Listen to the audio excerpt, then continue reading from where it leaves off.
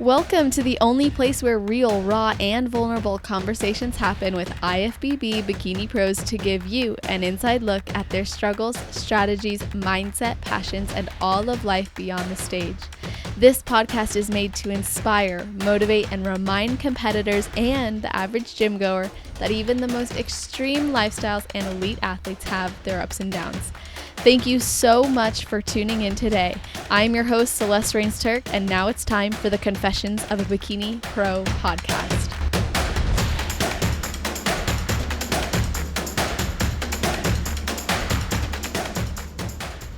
Today's video and audio guest won her pro card on the 3-year anniversary of her first check-in with her coach. She has competed in 13 shows, with 5 of them being regional and 8 national shows.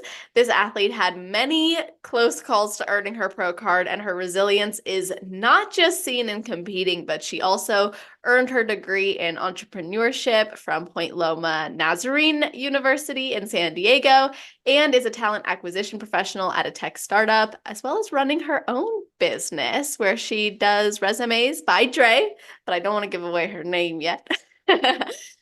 She has been passionate about fitness for as long as she can remember, as this athlete started as a ballerina dancer growing up and then ran cross country and track in high school, and even 1 year of cross country in college before she suffered an injury that stopped her career there. And she has been supporting others also in barre. She's an instructor for barre, and she dabbled in powerlifting training prior to committing fully to bodybuilding. So this is definitely an exciting athlete to be welcoming to the show for multiple reasons. So welcome to the show, ANDREA LOCES. How are you doing? I am so good. I'm so excited. Oh my gosh, that was such an introduction. I never think of myself that way. So thank you. Well, you're all that and even more. I could never fit everything amazing about a person in an intro, and I'm just happy to have you. We had the pleasure of meeting at North Americans in a random room. Yeah. We got to escape the madness, and then it's just me and you. And it was so nice to meet you there and to know, like, hey, now we're finally here, and that journey pays off, really. Yeah, seriously. And me hiding out in a room is totally on brand for me. I am like I am like the introvert. Like whatever I can do to be away from a crowd is exactly where you'll find me. I love that. So then that might lend some insight into what you do before your heel hits the stage, but let's hear it. What is something you do or think about right before your heel hits the stage? Yeah. Oh my gosh, I've listened to so many of your podcasts. I've always thought like, what would I say? And it's definitely evolved over time. I am the kind of person who like really gets into their own head. I'm not the girl who's like dancing with everyone, everything like that. Sometimes I think a lot of people think I'm really standoffish, but I just really get like really in my head. But what I always do if when I'm standing in that line and I'm about to get on stage, I actually always say like time to go see my friends. Um, So like I've competed in 13 shows over the past 3 years, and I've really gotten to know the judges. I've had the opportunity to um be like really in this industry, and I'm just so grateful for that. And so I feel like I really know the judges. So when I like am standing in that line, I can kind of see like Sandy and Bill and Tyler, and I'm like, okay, time to go put on a show for my friends. And I always just tell myself like they want me to win. They want me to be my best, and just standing up there and off to the side, and we kind of meet eyes. I'm like, there's my friends, and I get on stage and do my thing. that's so awesome. I've never heard that perspective actually of they want you to win. I've heard that they want you to bring your best, of course, but they want you to win. I love that mental note to yourself and seeing them as friends versus as judges specifically, because judges kind of carries that connotation of um not going to like almost looking for ridicule or critical eye versus friends is more like they want to see me win, as you said. Yeah, yeah. It really changed my perspective. That's kind of something I started doing this year, really. And something I also always say to myself is like, trust your execution. Like you did everything to a T. Um, Mm. and like at the end of the day, that's all you can do. So that's kind of the mindset that I take. Trusting your execution is such a great point, especially for someone like yourself who came close to your pro card so many times. I think some people would call it quits after four times being like 1 point away right there. But you kept going. You really fostered that underdog mentality for yourself. How did that end up supporting you and that mindset of continuing to just do your best and trusting in the execution? How did that actually support you in your journey of 8 national shows? Yeah, it honestly comes back to my why. I just my entire life, I've always been kind of like good at things. I've always been that person who like she was good at running, she was good at dancing, she was good at this and that, but I was never like good enough to be like the best. Like I was good at things, but I was never the best. And I wanted to be the best. I was a super competitive person. I love to win. And just people would always say to me, like, isn't it enough? Like, isn't what you're doing enough? I'm like, no, I want to be the best at something. And just something wasn't sticking for me. And so I just felt like I was always coming in second place. And I just wanted to be first at something. I wanted to be the best. And I felt that in every aspect of my life growing up, really, like whether that was friendships or relationships or sports or academics, like I was always good, but I was never good enough. And I know a lot of other people feel that way. And I feel really blessed to have grown up with the resilience to keep going. And I wanted to be able to prove to people that, like, if you just keep going and you keep going long enough, you can do it. And I always say like fail fast and fail forward. And that's something that I've always lived by. And it's something that I live by in competing because at the end of the day, like get on stage and do my best. And my best just wasn't good enough that time, but it doesn't do me any good to linger on it. Just gotta get up, keep going, and pick yourself back up and do better next time. Man, that I'm excited. I'm like, let's keep talking. This is awesome. I already love everything you're sharing and saying. It's so you can tell you've been invested in this journey. You can tell this is something that's been on your heart in such a way where despite coming so close, it didn't matter because you weren't going to let that be your definition anymore. You were ready to change that story for yourself. Now that you have been deemed the best that day, right? You won your pro card. Now that you've experienced that, did it feel or does it feel like you have? It's weird. It's really weird. Like if I'm being honest, I always wanted a first place pro card. I was like, I want a first place pro card. I do not want to win being second place because that just goes against my why. And it kind of got to a point though, like probably like 6 national shows in where I was like, I'll take the second place pro card. I like that's where I'm at. Yeah. And when we decided to do nationals, I was like, okay, I'm ready. I'm ready to go get the second place pro card. I'm ready to put my ego aside and go get it. And when I just remember standing up there on stage and um, standing there in the middle and thinking like, they're gonna give me a second place pro card because they're just saying like somebody get this girl off the stage. Like she's like This is how many shows for her? No, just yeah, they're like, this poor girl, somebody get this girl off the stage. That was how I felt. And so I just remember standing up there during finals and they called fourth place, they called third place. And I'll never forget, I walked off the stage and my coach was like, you should have seen your face when they were calling third place because you thought that they were tricking you. I was like, yeah, because I've just been there so many times. I've been there so many times. And when they called second place and it wasn't my name, I was like, holy crap, I did it. I Yeah. did it. I I was like, they didn't give me a pity pro card. They actually gave it to me because I Mm. actually earned this. And it was really humbling. I felt like I achieved something for everyone. Like everybody's been so invested in this journey with me.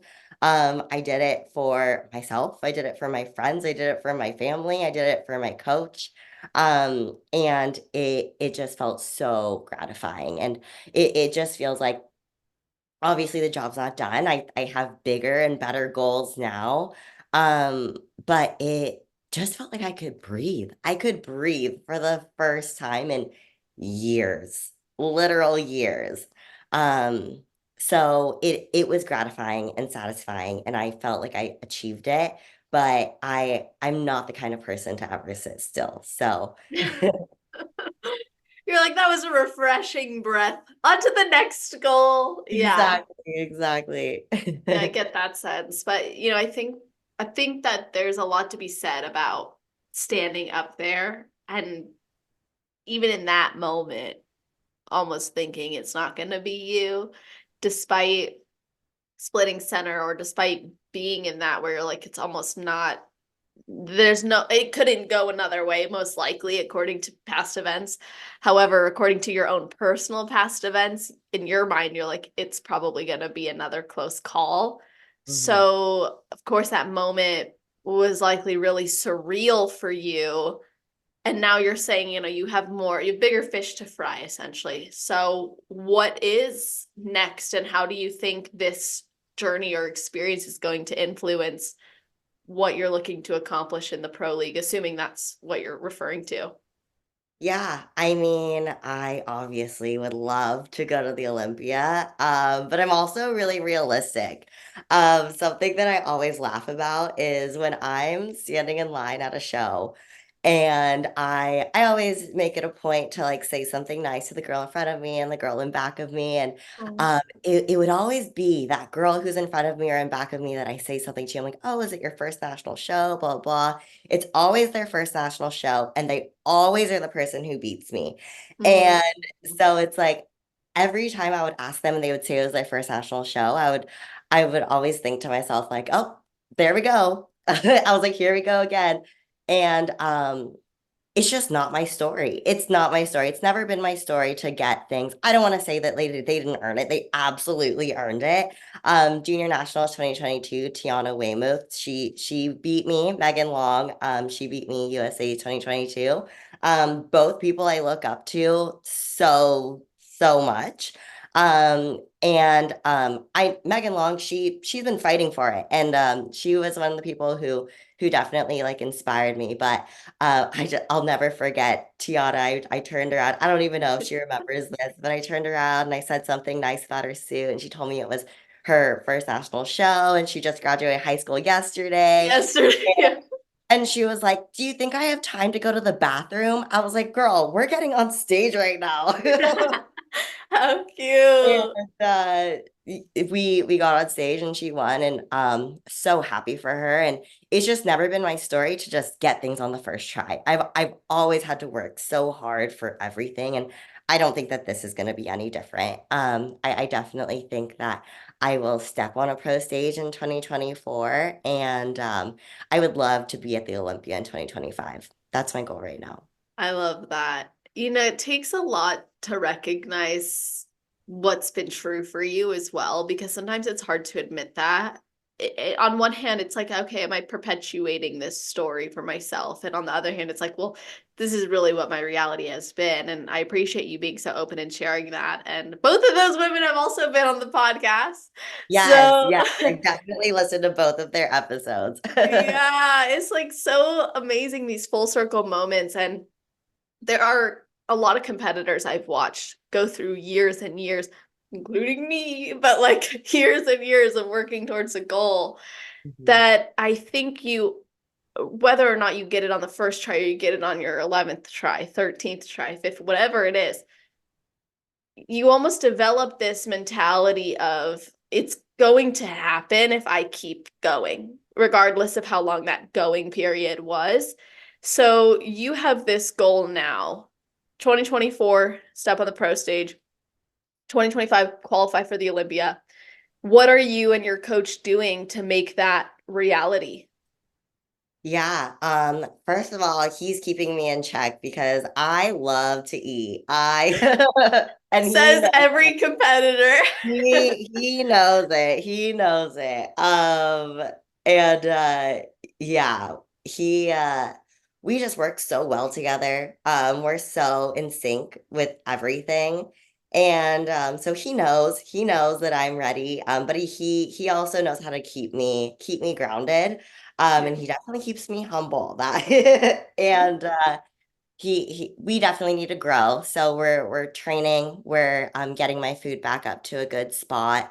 I've basically been prepping almost nonstop for 3 years, and so we've gotten really creative over the years with food and cardio and training, and it's been incredible to be able to work so closely with Dee and just really like be partners.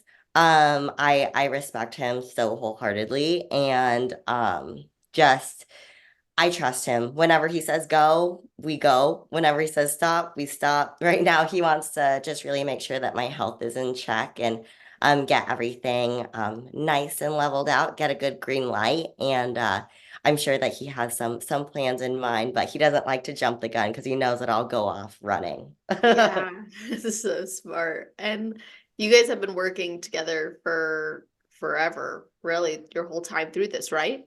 Yeah, yeah. So, like you said in the intro, we the first check-in ever was actually 3 years to the day, which is so crazy. So So cool. That's amazing. You know, the thing that stood out to me most about that, and I hope this doesn't ruffle too many feathers listening, and it's not something that I think is a bad thing because in some cases it's necessary, but I would say most athletes, not most, maybe some, a good portion of athletes would jump ship if they didn't get their pro card, but you stuck it out with your coach. Was there a reason for that, or do you think that's important? Is there something other athletes should consider when they're so close, but they do like their coach? Maybe just speak to that subject. yeah, I mean, I've never questioned having D as my coach. He is my guy.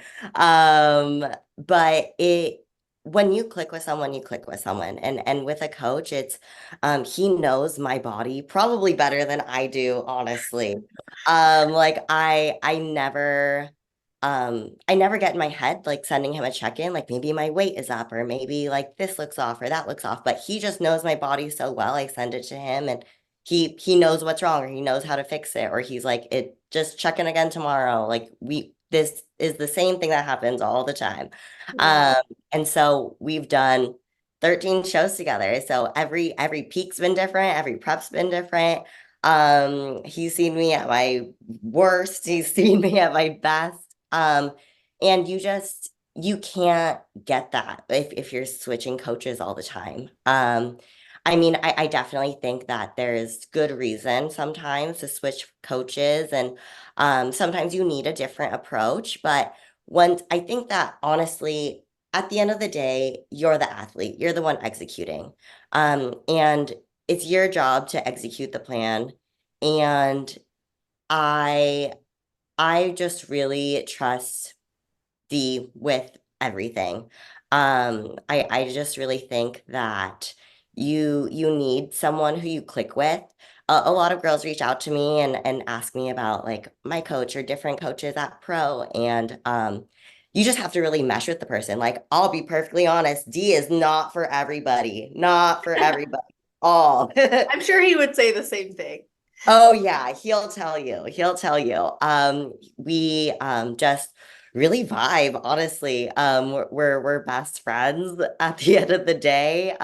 He's super sarcastic. He tells it just like it is. He's very black and white, which is exactly how I am too. And a lot of girls don't respond well to that. A lot of girls really need like the like rah coach.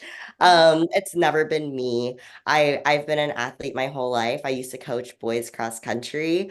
I've never been like a girl's girl per se. So yeah, I think that once you find that coach that you click with, communication wise, that's the most important thing. Sometimes like if somebody's having you do these crazy things in a prep, like maybe that's a good reason to switch coaches too. But when you have a coach who's always adapting and always learning and always open to doing what's going to be best for you and your career and your longevity and your health, I think that's someone you should stick with.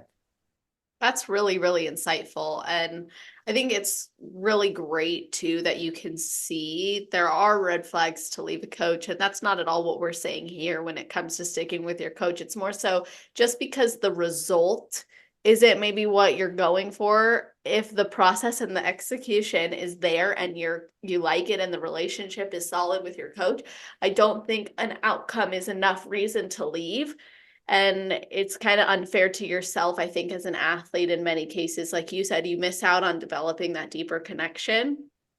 And I'll say with my very first coach, we were really close, and I'm still great friends with his ex-wife now, but I'm still really great friends with her. And I I loved them, but there were things missing from him that I'm like, okay, this is not my coach. Like, I can't keep going this way. And so I left, and that was a good time for someone to leave.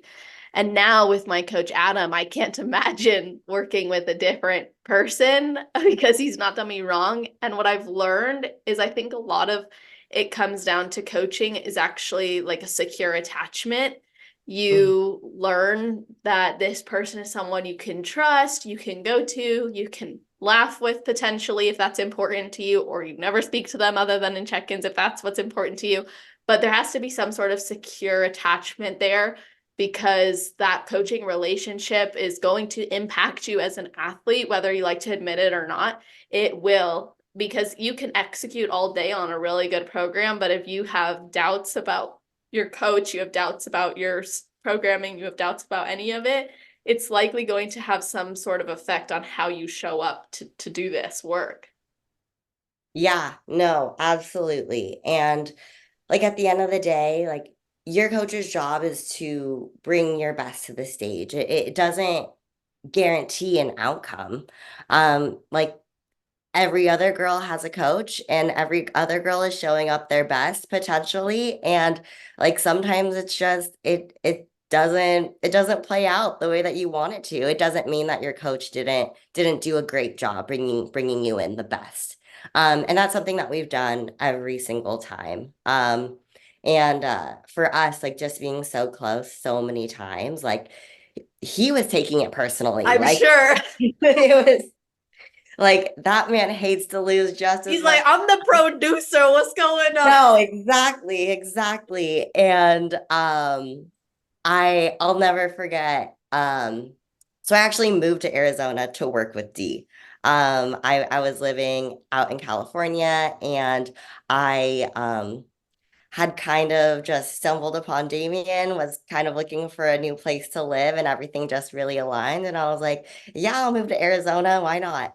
So I Wow. moved to Arizona, started working with Damian, and I'll never forget coming into the gym for the first time. And he was taking a look at me, and he was like, I can turn you pro in a year. And I looked at him and I was like, I appreciate the vote of confidence. But like it's not my story. It's not my story. And I knew that. I knew it going into it that it wasn't going to be easy. I knew I had the potential. I knew I had the work ethic and I knew it would happen. I always say like it's never if, just when. And that was something that I always stood by and yeah, he really respects that about me too.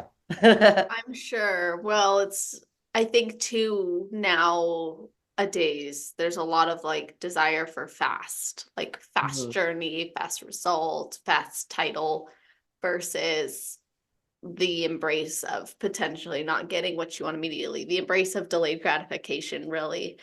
So to be able to know like, hey, this it's possible this won't happen tomorrow, and I'm willing to delay gratification because I love this process. I think that speaks volumes to a coach as well. Like if you're willing to take the time.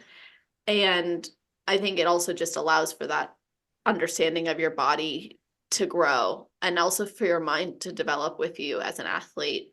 But something I wanted to explore with you was how your feedback maybe influenced what you guys did over the years, because you said every prep was different, every peak was different. So, what do you think ultimately won you your pro card, and how did that compare to every show prior? Oh gosh, I am just a small girl. I um it was always just you're just a little too small, you're just a little too small. It was never anything super specific. Like Sandy would always say, like, I mean, you could come in a little bit more conditioned, which would make you look a little bit bigger, but like I don't really want your conditioning any tighter. And so it was always like, That sounds so familiar, dude. I'm yeah, like excited to hear this because I'm like, it's yeah, sounds right. yeah, and at that point it's like, okay, just gotta keep showing up, keep showing up, keep showing up. But we've made honestly just insane progress over the years. I had zero glutes when I started. And we really built that out of thin air, really. Um, uh, D gets really specific with my training. I have pretty developed quads. I have crazy calves. So whatever we can do to not grow my quads and my calves and just my glutes is exactly what we do. So it's just glutes and delts, glutes and delts, glutes and delts. I'm sure that's not news for anyone. I know, right? It's so funny. Like, as competitors, I realize over the years how much we train in a way that's quite out of balance. Like, your bro split that maybe gets you into competing doesn't last long when you become a bikini competitor. It turns into like that focus on aesthetics. And you know this really well too, because you had started initially with some powerlifting training. So, what was that switch like for you to go from I'm going to compete for strength to no, I'm actually going to put my focus on an aesthetic sport? Oh my gosh, it was a journey because everybody would always tell me, like, you should try bodybuilding. You should try bodybuilding. You have the structure. You have everything. Like you could be really successful in this. I was like, I don't want to be judged by the way that I look. Like I really don't. Like I like black and white. I want to be able to pick up the weight or I can't pick up the weight. That's good for me. Like I don't want to walk out on a stage in a sparkly bikini. Like, first of all, my parents would have a heart attack. And second of all, like I just don't feel the need. And it kind of got to a point where I loved powerlifting. I love being strong. I've always just loved being in the gym. Um, but it kind of got like really repetitive after a while. I mean, bodybuilding's repetitive, but in a different way. Yes. It was just like RPE 6, RPE 8, we're gonna do 8 reps, we're gonna do 3 reps. And it was really great to build muscle and it was fun in its own way, but something just kept on pulling at me to just see what this bodybuilding thing was. And again, I love to eat, like absolutely love to eat. And I was like, I can't imagine like having to think about what I'm eating. Like I love food. I've never been the kind of girl who has like worried about like calories, things like that. Like I don't want to have to do that. So I think that was like the biggest hurdle for me, honestly. The aesthetic stuff, I actually found it really interesting. I had always wanted to kind of do something like that, but again, knew my parents would have an absolute heart attack. That was its own hurdle throughout this journey. Luckily, we have seen the other side of it, and they are Yeah, because they on came to board your now. shows, right? Like they're Yeah, totally yeah, okay. yeah. It took a little while, but when they realized that I was definitely in this for the long haul, Yeah. they they definitely came around. So. It was definitely a transition, but I mean, it always is. Like you just got to jump in head first and haven't looked back since. That's amazing. And truly, I think when you're used to training for that black and white of, it's either green lights or it's not, you enter a sport like bodybuilding and it's going to challenge you in a different way where maybe you get more comfortable with an in between. It's not so clear cut, it's not so straightforward. You also came from sports that were very cut and dry. And so that would probably be a difficult transition. But then you add the food aspect. So this is where things are different because with competing, the food is regimented. It's this, and that's what it is. So to go from never worrying about a calorie to then having to track and monitor and eat a particular way, how did this influence your view on food and your body? It was, I honestly, I just wanted to do whatever it took to win. That was kind of the mindset that I took on.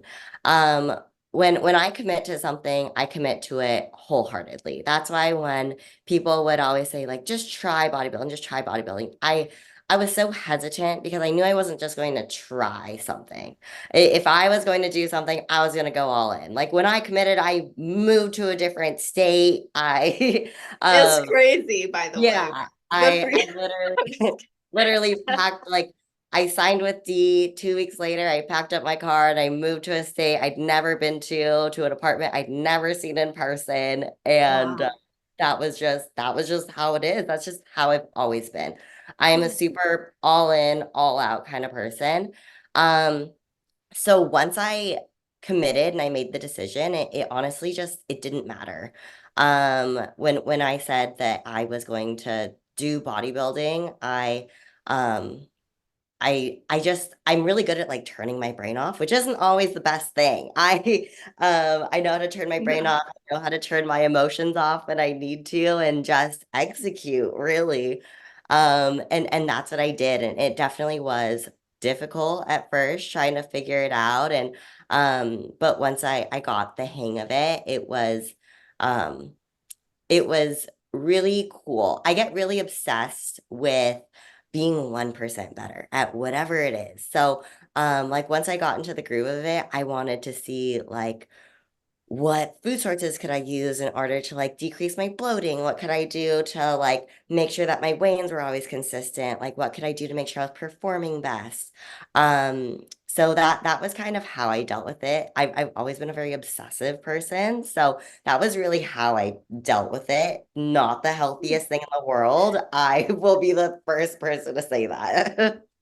No, I appreciate the candor because I'm not necessarily a believer that bodybuilding alone can cause eating disorders. However, I think when we have underlying personality traits Mhm, that can latch on to disordered ways of thinking and behaving. Maybe previously it's expressed in other ways. Some people it's partying, it's drinking, it's some other unhealthy coping mechanism. But then mhm, you find bodybuilding or you find food, and that kind of becomes where you put your energy. And you had mentioned that it was important for you to go all in. And so I can see in your mind, like that's how you are generally speaking. Like if you're doing something, you're committing fully and you said you were able to turn off emotions. And that's generally like one of those red flags I see with competitors is because when we do that, we sweep it under the rug. And then eventually, like the rug is this high off the floor. We're like, oh yeah. Oh gotta yeah. clean that up.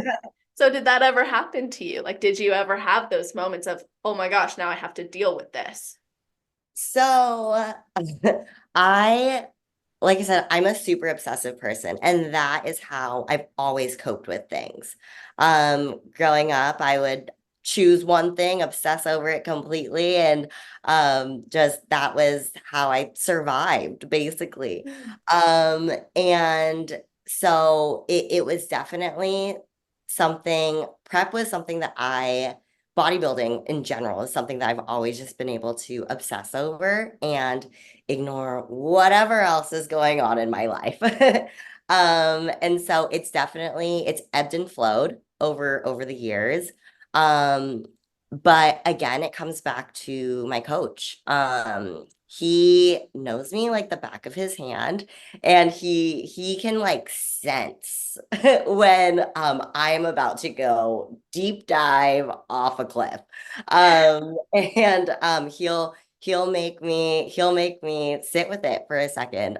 There have been many a times that that man has made me cry in the gym. Yeah.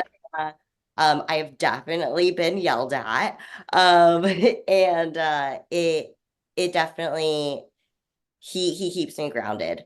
Um, during so back when my mom had cancer, and then she was in remission, and then last year, my first show of the year, I'm super close with my parents, and I just remember my first show last year was with Satch Warrior, and I was trying to call my parents and like tell them that I was about to get on stage, all this stuff, and they were not responding to me. And I was so angry. I was like, this is my show day. This day is about me. Nobody is paying attention to me. Mhm. And I was so upset. And then I finally got off stage and I called them after prejudging and I was like, what is going on? You guys have been ignoring me all week. And this week is about me. I did all this work and I want attention, Yeah. basically. And my parents chose that moment to tell me that my mom's cancer had come back. So Mm. that was um the start of my 2022 season. And I was like, I can't deal with this right now. I'm not going to deal with this right now. This is not going to happen. So I turned it off and I got really obsessive about prep. And I told you, I was like, I want to go all in. I want to execute better than I ever have before. And he respected that. And so we would train together almost every day. He was in constant communication with me. And I'm the kind of person, I'm very type A. I am always on time. I always execute to a T. And things just started to like slip a little bit. I started showing up a little late to our training sessions. I like wasn't fully in when I was training, things like that. And one day he just snapped at me. It was it was 6 a.m. and that man yelled at me in the middle of the gym. Everyone was watching. There were tears streaming down my face, but I needed it. I needed it. And he knew that and he knows that about me. What was he Um, yelling about? You not being on time or what? yeah. He was like, um, just telling me that because I mean, Damian coaches Sid Gillen, like he coaches the best of the best. And so he was like, I don't train amateurs. I take the time to work with you because I believe in you.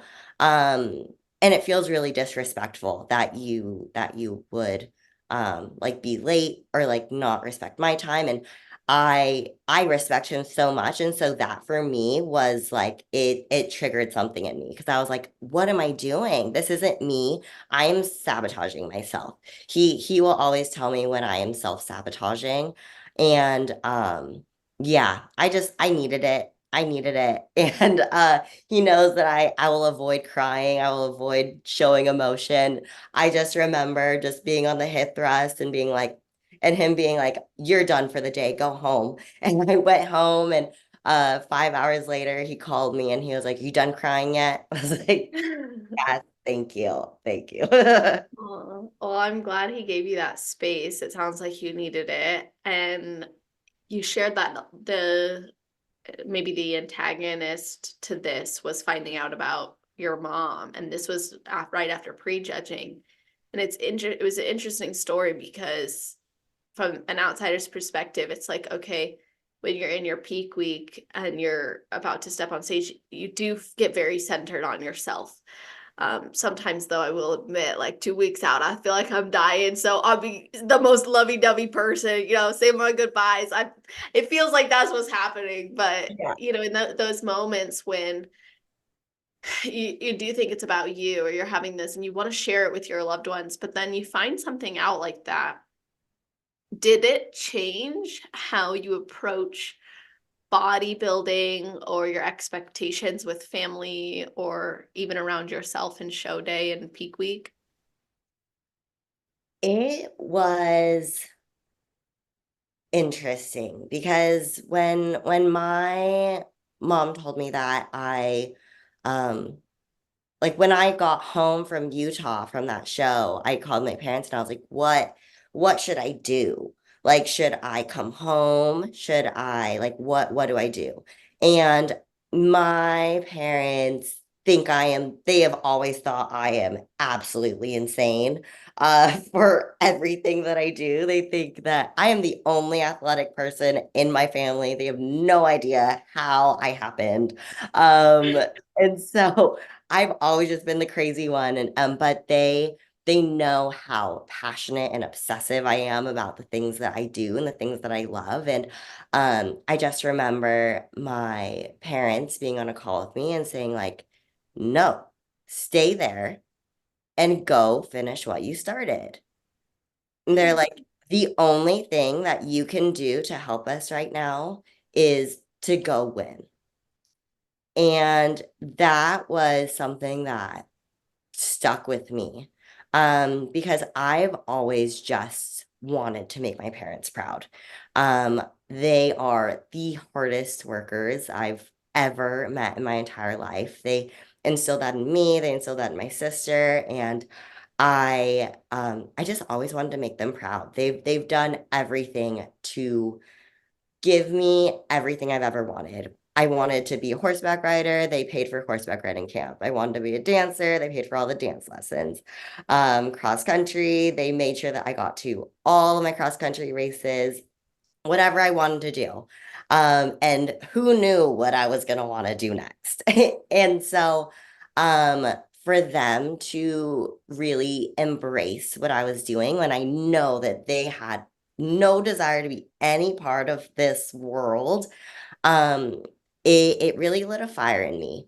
And it was something that continued with me all of 2022. And then going into 2023, I ended up finding out that my dad was having some health issues too. And I, again, was like, what should I do?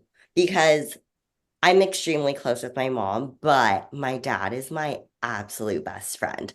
I am a daddy's girl through and through. I don't know what I would do without him. And so it hit different. Like it hit really different for me. Um, and I told Dee, I was like, I don't know how to separate this one. Um, and my dad was like, the only thing you can do to help me right now is to go win. And at the beginning of my 2023 season, I went home kind of one last time before I started getting really serious about my prep. And I looked my parents in the eye and I said, I am not coming home again until I have my pro card in my hands. And I kept that. I kept it. And so after North Americans and I missed it by one spot again, I was like, am I gonna have to go home without my pro card? Like I said I was gonna come home with my pro card, and I am somebody who always stands by their word. And so I was like, no, no, I refuse. I am coming home with my pro card. I do not care. If I do not get my pro card at nationals, I'm just not gonna come home. I'm just not gonna come home. And it got to a point where things with my dad's health got a little bit more serious. And he called me and like finally kind of told me how severe it was. And I was like, what should I do? Like, I don't know what to do. And he was like, you are in way too deep. Like, you are in so deep. He was like, go and do what you said you were going to do and go finish the damn job for once and come home. And so I was like, okay, I will. And I did. And so, yeah, that I just wanted to do it. I wanted to do it for everyone. I wanted to do it for my parents. I wanted to do it for everyone. That makes sense now more so than at the beginning of the episode when you said that. Now it's like clicking more for me as to where that was coming from and where that drive, like why it wasn't just about you. So what was it like when you walked in the door and you had your pro card? Oh my gosh, it felt like I returned from war. Like I felt like I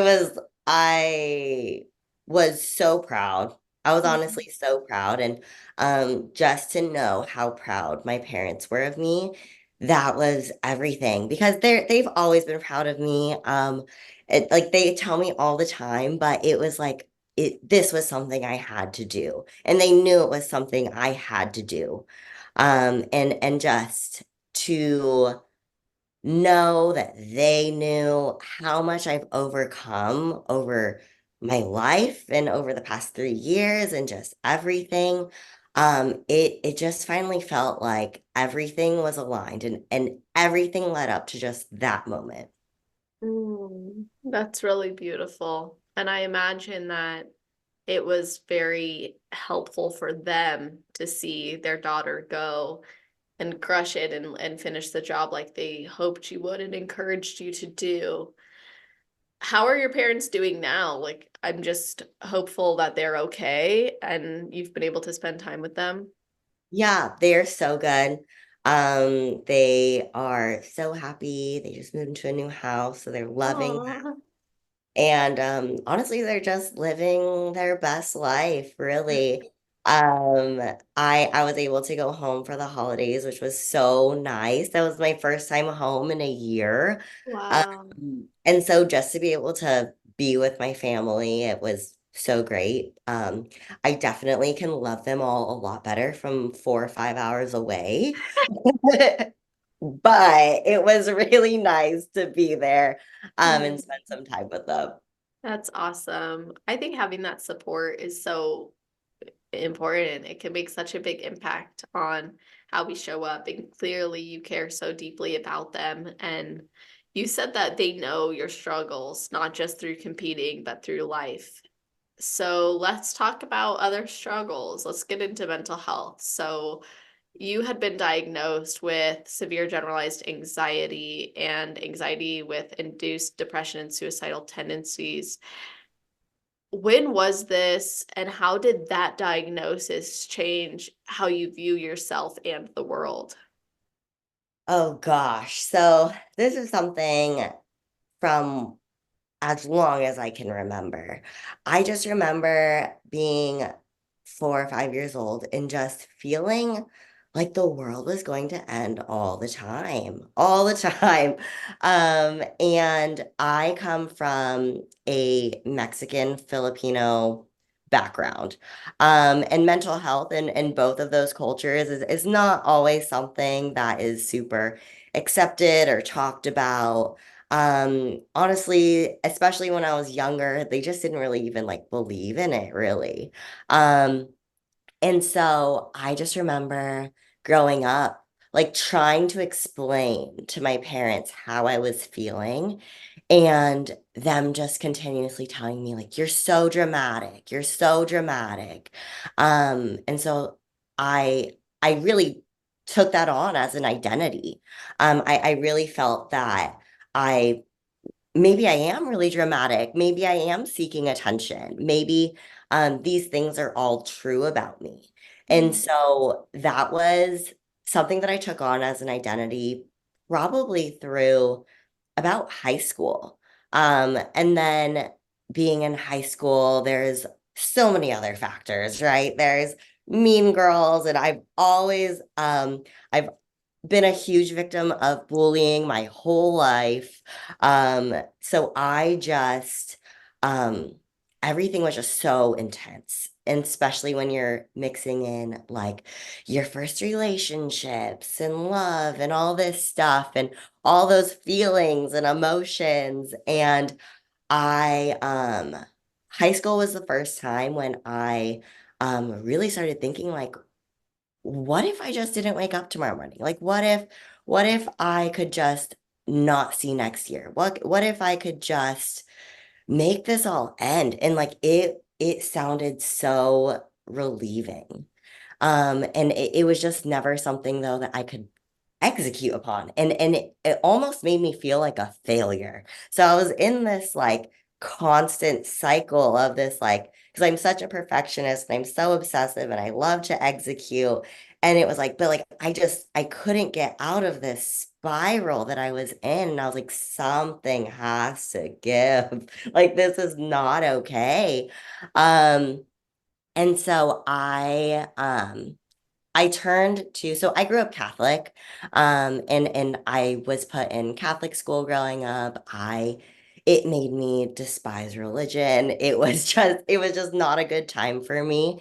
And but I remember being in high school and being like, I don't know what this looks like, but I need to seek this out in my own way. And so there was like a non-denominational church near me, and I just started going. And I just felt this sense of peace there that like I couldn't quite place. Like I'd never quite felt it before, wasn't quite sure what it was. All I knew was the people there were so nice, and I just wanted more of it. I really wanted more of that. And I think what I was seeking out during that time was identity and like community, really. And so it got to the point where I was looking for colleges, and I'd applied to a lot of different schools. We started visiting schools. Point Loma had offered me a cross country scholarship. And so I um, went and I visited the campus. My parents were a little iffy because they're like, you want to go to this like party Christian school? Like, uh, and they're like, we're Catholic. Yeah. And so I just remember walking on that campus and feeling that sense of peace. And I looked at my parents and I was like, this is it. And they know when I set my mind to something, that's it. So they're like, all right, she made her decision. So I went there and I really dug in. I just really, really dug in. Um, but of course, like the mental health stuff just kept on coming back around. Again, relationships and academics are super stressful. I had upwards of 4 to 6 jobs in college trying to like make ends meet and make things happen. So I was stressed and there was a lot going on. And it got to I hit a breaking point. I definitely hit a breaking point. Probably my senior year of college, I was top of my business school. I was president of every club. I was doing the most. And I just cracked. And one day I called, it was actually my birthday, my senior year of college, and I called one of my friends and I was like, I'm scared. I'm scared. I think that I want to end this. Like I don't know what to do. They obviously were extremely concerned. They called like our public safety there, and it was something that was very taboo at my school. So they wanted to keep it very under the rug. They were going to basically 5150 me. And Mm. I got so scared. I didn't want that. And so I called my dad and I was like, I think I made a mistake. I was like, I don't know what to do. I want help. Like I do want help, but I don't want help that they're going to give me. And so my dad was like, okay, pack a bag, get in your car, drive home. This was finals my senior year of college, and I missed all of my finals my senior year of college. I went home, and my parents basically made me sit through a week of therapy trying to figure out what was going on. And yeah, that was when they when a therapist finally gave me that diagnosis, and felt it felt so good to know that I wasn't crazy. It felt so good to finally know that there was a reason that I felt these things. Um, but it also like forced me to identify and put myself into a box. And I started limiting myself to like, I can't do this because I'm depressed. I can't do this because I'm extremely anxious. I can't be in a crowd. I can't have this career. I can't do this. I can't do that. Um, and it took a long time to, and a lot of self-work to be able to realize like, I can do these things because of the challenges that I faced. I can do these things despite the challenges that I face, and I can overcome anything. I've gone my entire life not having this official diagnosis, and I I've done pretty well for myself up to this point. I don't know why I feel the need to put myself in a box now. Um, and so I did a lot of self-work, a lot of self-work. Um, and I overcame it. I just really, it's never something that goes away fully. It always is there, it lingers, and it takes constant work. Um, but you find healthy coping mechanisms, and you really realize that the things that are supposed to hinder you really do just make you stronger at the end of the day. Mm. Thank you for taking us on that journey and sharing so openly. I'm sure there were so many moments that were really dark and really difficult to face, facing another day over and over again. And when you have that looming cloud over you and you don't feel like anyone else can see it or support you through it, and you've got to put a brave face on because you're president of the club or because you're a team captain or whatever it is you are, and you almost attribute those roles to being put together and not sharing weakness, if you want to call it that. That's, if you grow up with stigma about mental health, you're going to probably think it's a weakness.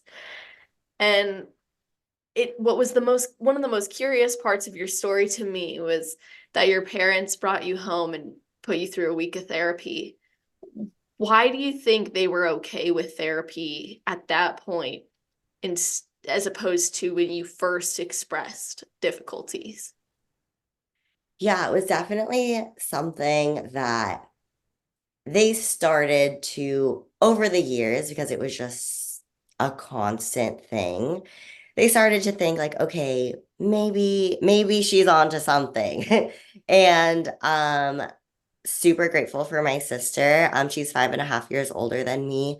She had just finished her master's degree in psychology, and she actually is a private practice therapist. And so mental health for the two of us has always been a huge topic, and something that we talk about all the time. And it it really opened their eyes because like obviously the things that I would go through, it definitely inspired some of her work and her pursuit of that degree and that career. And so they understood that it was real. They just didn't really understand how to deal with it. And I think that they kind of hoped that I would just get over it at some point or grow out of it. But when it finally came to a head, and I turned to them and said, like, I genuinely need help, or something bad is going to happen, I think that that's when they realized that, okay, this is real. Like, she's an actual adult now, and she's still asking for help. Yeah, and that was it did a lot for our relationship too. Again, my dad's my very best friend, and I love my mom. We have a great relationship too, but it wasn't always so great. And so it definitely really helped to heal some wounds, and we're so much stronger now. And that speaks to your point about what you're going through can actually lend to greater strength and better things in the future, as hard as it can be. And I find it also really cool that your sister broke through that type of stigma that existed within the household and pursued a career in it. And you mentioned something really, really important earlier that I wanted to come back to. And it's something that irks me in the mental health field, which is diagnosis. Right now, I think we're in an epidemic of self-diagnosing. And I'm not going to get on a high horse now because I've got a whole note section on my phone about this that I've been venting to. And I'm about to take it to TikTok because that's the only place I post like general mental health stuff there. Um, Mhm. but something that irks me about it is the identity piece. And you made this point that sometimes diagnosis can lead to over-identification with it. And I think it's so important that we step away. And what I learned through counseling and becoming a counselor is diagnosis is really only serving a purpose for insurance. And it gives a treatment protocol, right? There's certain things, of course, and theories that are proven to support someone through a diagnosis or through specific disorders. But the goal is to be able to function in your life in a reasonable way that you would consider as helpful or normal. And it concerns me when people over identify with the diagnosis because now they're creating a life story based on the diagnosis instead of seeing it as something that's going to be treated. It becomes something that's now who they are. And if we go to a doctor for a cough, we don't say I'm a cough. We say I have a cough. So if we're depressed, we don't say I am depressed. We feel depressed. We have depression. We're suffering with depression. Depression is it's in our mind. It's difficult and it lingers and it doesn't generally just poof and gone unless it was, and this is another reason self-diagnosis is a problem, is because there's so much nuance to diagnosing in general. From a counseling perspective, it's like, well, is that because of trauma? Is that because of environment? Is it because of belief systems that exist within the places that you're currently playing a role in? So there's so much nuance to it that when we get wrapped up in identifying with the diagnosis, it can do more harm than good. And so I really appreciate you bringing that perspective here and sharing that it was doing more harm than good for the period of time it was. You can still recognize that it's not, hey, yeah, let's put this under the rug too and pretend it never happened and I don't have these experiences, because your feelings are very valid and your experiences are true and real. But it doesn't mean it has to be who you are. And you said it was limiting you from certain things. What were you noticing it was limiting from, and how have you been able to overcome that to live life to the capacity of which is more satisfying for you as opposed to when you were identifying with it? Yeah, I just felt like I got, again, I'm really obsessive. So I would like when I was told that I had severe generalized anxiety disorder, I was like constantly checking my heart rate, constantly checking my heart rate. And it got to the point where I was checking my heart rate so much that my heart rate would go up because I was looking at it so much. Exactly. And so I would force myself to not be in situations where that would make me anxious. But pretty much everything made me feel anxious. So I would never um, I would never want to be in crowds. I would never want to be around too many people.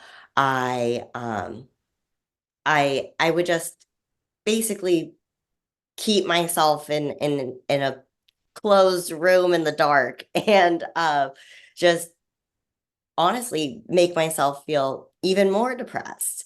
And so it was just all this big circle that I was in that was just forcing me to be someone who I didn't want to be. I knew that I could do amazing things. I had always been told that I could do amazing things. I knew I could do amazing things. I had just graduated from college.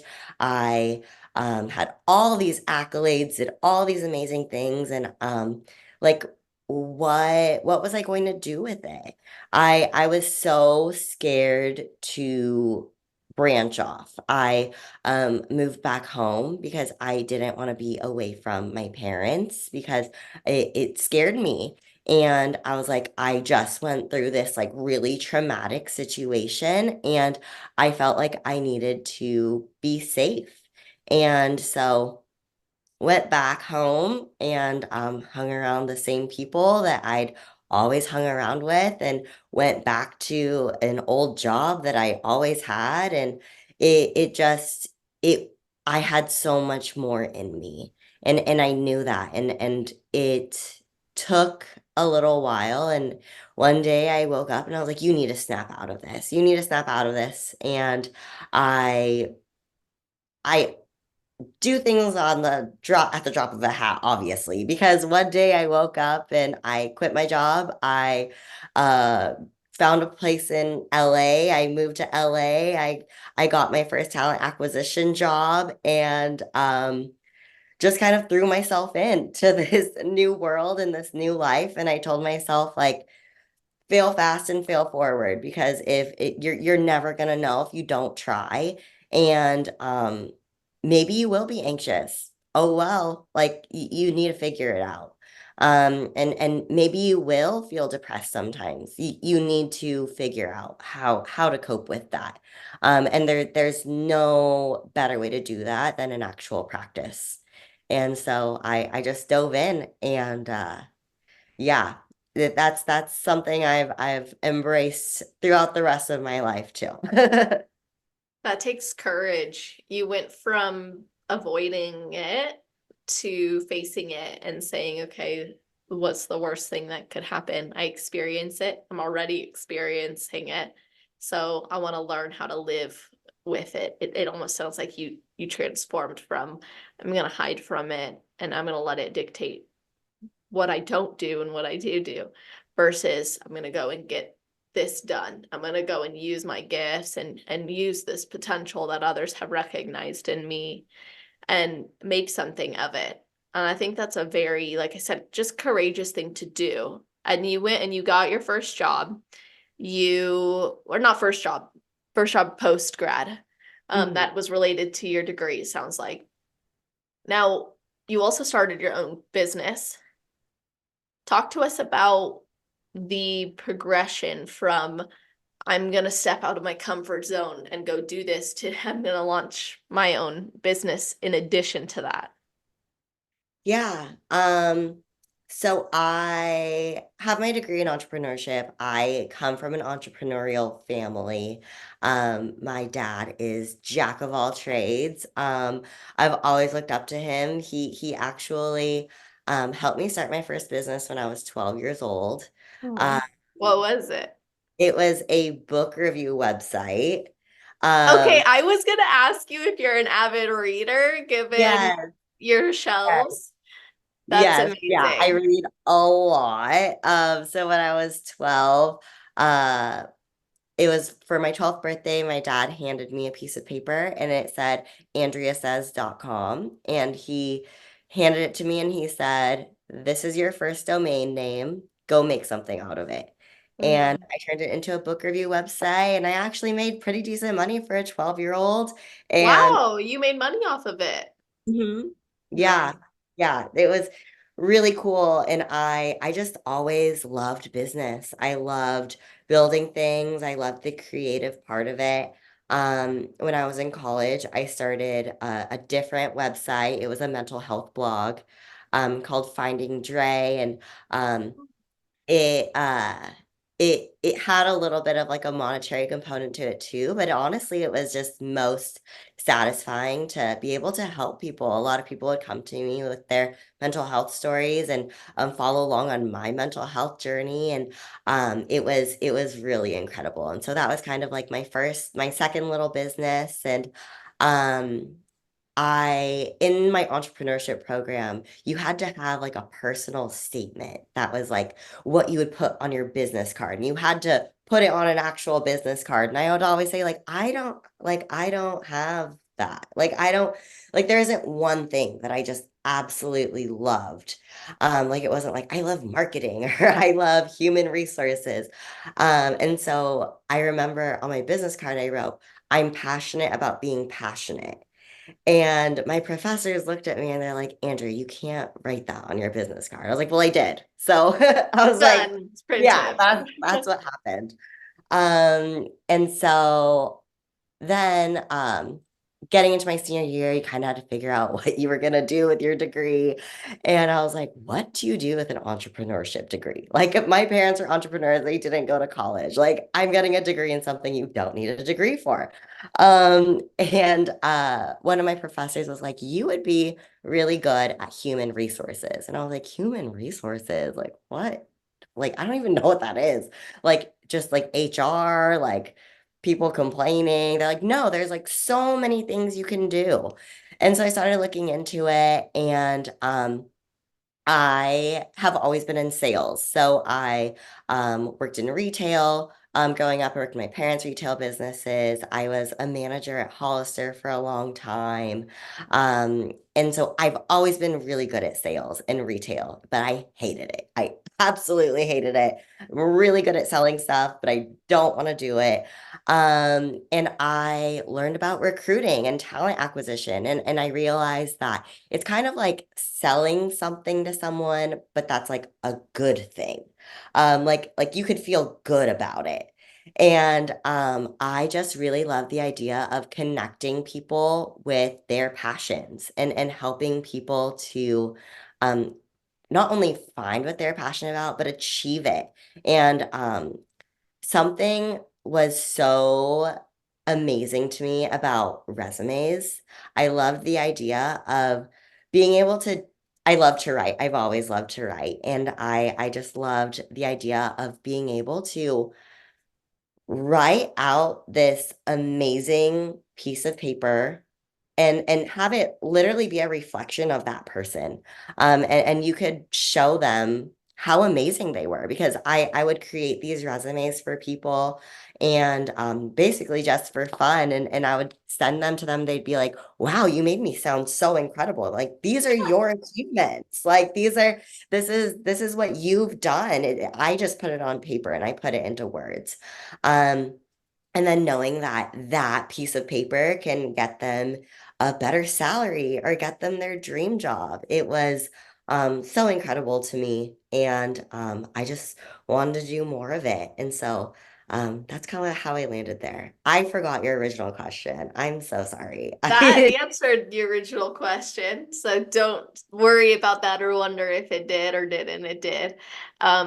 It was really to take us down that path of getting out of your comfort zone to then launching your business, and that was such a beautiful story. And it's really cool. The more I'm listening to you talk, the more I'm seeing a lot of why you are the way you are. Like, you are such a resilient person. You can tell you recognize strengths, not just in yourself, but in others, like, because you really have to. And you're very creative. And I think it's cool as well that your dad supported you in that way. And I'm seeing a lot of similarities between us too. I asked my dad for my first website domain when I was like 9 or 10, and it was an interior design website, and I would blog on it, little things, and it was just silly and random. The only people I made money off of were my parents. I just say, can I organize this and design that? But it was like their support meant so much. And then I eventually got some staging jobs in high school, but then I fell in love with fitness and everything changed. But having parents who support you is such a beautiful thing in that, and having people telling you you're amazing and incredible and you could do these things is inspiring. Like, it can inspire that confidence, and then now you're giving that gift back to other people through the work that you're doing. You said, I'm gonna be passionate about being passionate. I'm gonna support other people in their passions. I'm gonna help others get more out of what they are and who they are, and see that. And there's something so beautiful about, like you said, you hand them back this piece of paper and they're like, that's me. Like, yeah, that's how awesome you are. And to own that. How can someone utilize your services who might be listening and in need of that? Yeah, absolutely. I mean, you can always DM me on Instagram, whether that's at my personal Instagram, or I also have like a special resumes by Dre Instagram. That's also linked to my email, but honestly, wherever. It's something that I just love to do. And it's honestly just fun for me. So always happy to help people out or even just give people advice. It's a crazy job market out there right now. And it's a difficult time just in general for recruiting, talent acquisition, looking for a job. People are losing their jobs, so I'm always happy to lend some advice. I love that. I think it's a really cool thing that you're doing. And my mom used to be a recruiter at towards the end of her life, and it was really cool to see her have so much passion about supporting others and getting that next level for themselves. So I love that that's something you offer. And it's really cool too that you took something you learned in school and you did find a way to apply it, even though maybe you weren't sure how. It seems like it was always in you. What did you learn about in your entrepreneurial degree that you find to be helpful in your life as an entrepreneur, as well as in your life doing talent acquisition for a company? Yeah.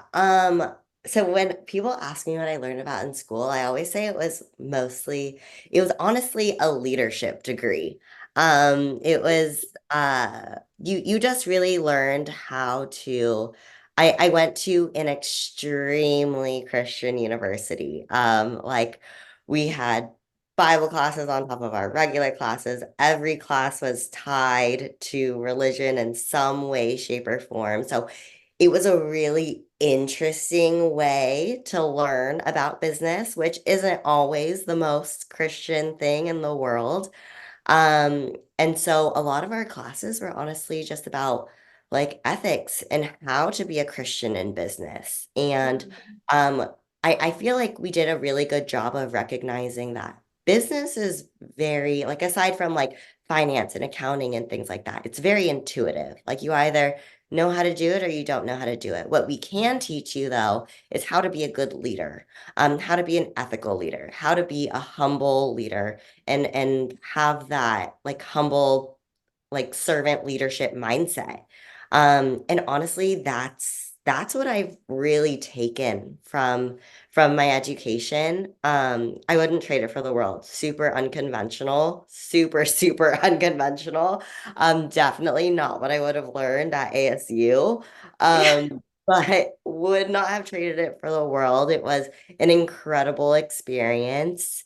And yeah, it definitely made me the person that I am today. And I really do feel that it's helped me to succeed in the world that I'm in that isn't always the most black and white world. Um, and just being able to make good ethical decisions that help me sleep at night as an individual. I think that's a really important side of business that many people miss, though, and many degrees out there that maybe do specialize in that. Ethics is discussed, but it's ethics according to the ways of the world, I think, more than to whether or not you're religious to maybe a different degree. I don't want to do business the way everybody else does business if everybody else is doing business in a way that's harmful, right? Let's say that. So I think it's really cool that you were able to learn it from that perspective. And I Mhm. think it's really awesome that you can empower other people through that too. And I love that you don't regret it. I think about that often when it comes to the degrees I've pursued because I'm like, I would always tell myself, I love learning. I love learning. I would go back to school tomorrow if I could. Like, I would do it. Same. Right? Like, I'm like, let me just go. And I know other people who love learning so much, they have like 5 degrees because they just love it. I'm like, I would love that. I think it's amazing. Yeah. I never regret it. I don't think you can regret education when you love learning, first of all. And second of all, when you know, even if you do nothing with it, it's going to teach you something. If you can value it enough to know that you can take whatever you can take from it, whether someone else benefits or not, it's highly likely somebody will if you take the time to learn and really commit to it and see how you can apply it. So I just think that's really cool that you did. And I love that story as well. So, man, I feel like we've talked about so much. And like I told you at the very beginning, it's like you can, before we recorded. So for those who are wondering, I hadn't mentioned this yet, but we were talking before we recorded. I was like, how do you actually capture so many shows and so many years of pursuing a goal in an episode and it's or even in a single story? And I'm really impressed with how much you have shared. But is there anything I didn't ask you about that you wish I would have? Oh gosh. I don't think so. I feel like we've covered a lot. I mean, there's so much I could talk about, but nothing I can like pinpoint. Yeah, well, you know what? If there's other things that come up later, I'm going to encourage the audience, you guys go reach out to her, follow her journey, of course. We'll get into that soon, but I always have to end the episodes by asking for your best advice. So let's hear your best advice for somebody who's never competed before but would like to, and then your best advice for someone on their road to pro. Oh gosh. Okay. So, someone who's never competed before but wants to, I would say two parts. One, go all in if you're gonna do it. Like just be be all in, be coachable, have some grace with yourself, but commit to it fully. But also be humble. That never leave, like never let your humility go away. I always say the gap between a regional show and a national show is insane. So you might go through your first prep, go to your first regional show, and get first place and think you're gonna go get your pro card at the next show. I have never been a fan of saying road to pro. I Hmm, honestly really despise that saying. that's And okay. I definitely think that when you first start, you should take on humility and realize that people have been doing this for years and still haven't succeeded.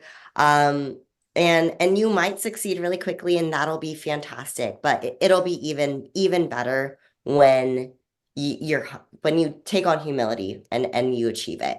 I really think that. Otherwise, you got your slice of humble pie, and that's that's what I always say. Yummy. Yes, yes, we all get our slice of humble pie eventually. But for someone on their road to pro, this is advice that I always give to people. Don't ride the wave. Don't ride the wave. As we know, prep can be a lot of different emotions. It's a lot of really high highs or really low lows. But don't let them get to you. Literally just keep on forging forward and let things flow. When the highs are high, appreciate them, but don't sit in them. When the lows are low, don't sit in them. Just keep going forward, keep going. It isn't going to be easy. It's not supposed to be easy. You're trying to be a professional athlete. So I just really think that the more humble that you can be, the more grounded you can be, um, all the better. Beautiful. And I appreciate you still giving advice, even though you don't love the saying. And I absolutely love that you shared your thoughts on it too. Now, how can people connect with you, follow your journey, and potentially even work with you? Yeah, I mean, I'm on Instagram, so you can always find me there. So Dre, Loses, um, underscore IFBB Pro. That's a new add-on that I'm still getting used to. Um, Like, who's this in my, oh, that's me. Nah, no, seriously. It took me a while to actually add it. And then one day one of my friends was like, why don't you put that on your Instagram? I was like, I don't know. But I get it. I was like, I'm just gonna own it. I'm gonna do it. Yeah. So yes, you can find me on Instagram, always there. I'm always sharing memes. We can be friends. And also resumes by Dre on Instagram too. That's linked in the bio there. Awesome. All right. Well, that will be in the show notes page. You guys, that's always on celestial.fit/podcast. If you are listening on Friday, first thing in the morning, it's going to be at the top of the page. If you're listening in the future, scroll down to the category section, which is alphabetized, and you'll be able to find not just how to connect with us, but also a full summary of the episode, as well as a bulleted list of topics we covered and episode timestamps so you can go back to your favorite parts and listen, or you could share it with your friends, family, teammates, and let them know that they've got to hear these stories too. Always appreciate your guys' support. If you feel inspired to leave a rating or review on iTunes, it goes a long way.